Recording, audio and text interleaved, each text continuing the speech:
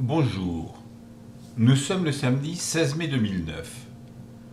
Le CAC 40 a terminé la séance d'hier, vendredi 15 mai donc, à 3169,05 comme vous pouvez le constater ici, contre 3312,59 vendredi dernier. Il a donc régressé pour la première fois depuis longtemps, regardez par exemple tout ça, depuis cette date, depuis début mars disons, pour la première fois, disais-je depuis longtemps, de 4,33%, ce qui annule pratiquement la hausse de la semaine dernière qui était, je crois, de un petit peu plus de 4,40. Que va-t-il se passer la semaine prochaine? Eh bien, si vous examinez attentivement la courbe représentative des cours du CAC, ceci, vous constatez que la tendance continue à rester haussière, regardez la preuve, même si elle connaît un léger fléchissement de fin de semaine, disons, en raison de la présence de ces trois chandeliers qui sont, disons, à la baisse, sauf celui-ci.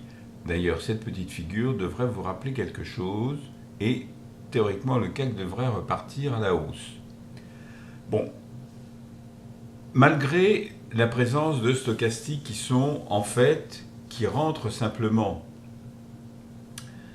dans la zone normale, c'est-à-dire une zone qui n'est ni surachetée ni survendue, je pense que ce mouvement va continuer. Regardez la moyenne mobile à 150 jours qui commence à prendre l'allure du plancher du nouveau CAC, puisque j'ai l'impression que c'est à partir de maintenant que le CAC 40 va rebondir vers le haut, comme un peu je l'avais dit. Moi je pensais que c'était plutôt au mois de juin, enfin bon, nous sommes à la mi-mai, que les affaires vont reprendre à la bourse en tout cas. Bon, vous voyez qu'autrement, la moyenne mobile à 20 jours de Bollinger, l'ampoule qui s'est constituée puis qui a l'air de se refermer, mais qui va peut-être se reconstituer aussi de Bollinger, tout ça, ça indique quand même une probable hausse, disons, des cours du CAC. Alors qu'en est-il maintenant des devises?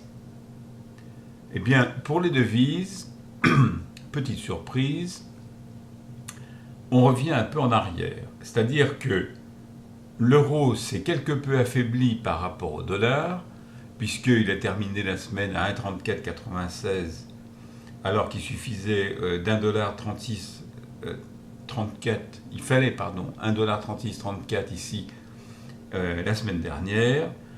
Bon, cela dit, malgré ce petit incident de parcours, on va dire, il ne me semble pas que le dollar va connaître une hausse contre l'euro, ce sera plutôt le contraire. Regardez, la bande de Bollinger s'oriente à la hausse, vous voyez, c'est très net sur la moyenne mobile à 20 jours. Il se dessine une ampoule haussière.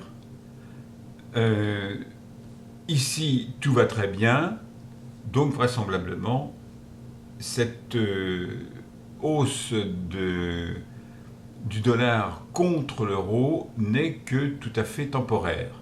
Et je pense que la semaine prochaine même, on va assister à un mouvement dans ce sens-là, c'est-à-dire à une reprise encore de l'euro contre le dollar.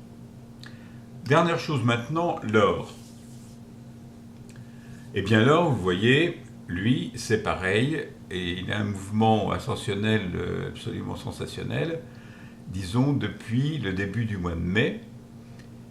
Et cet or, donc, a terminé le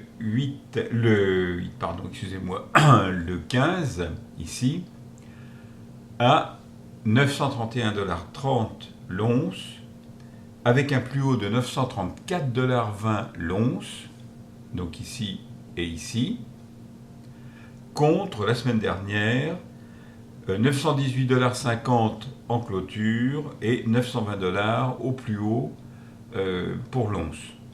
Autrement dit, je maintiens personnellement mon objectif de 1000$ l'once et à terme un petit peu plus éloigné, les 1200 $.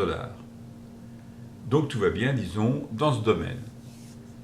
Sur ce, je vous souhaite de passer une excellente semaine boursière et je vous dis à la semaine prochaine.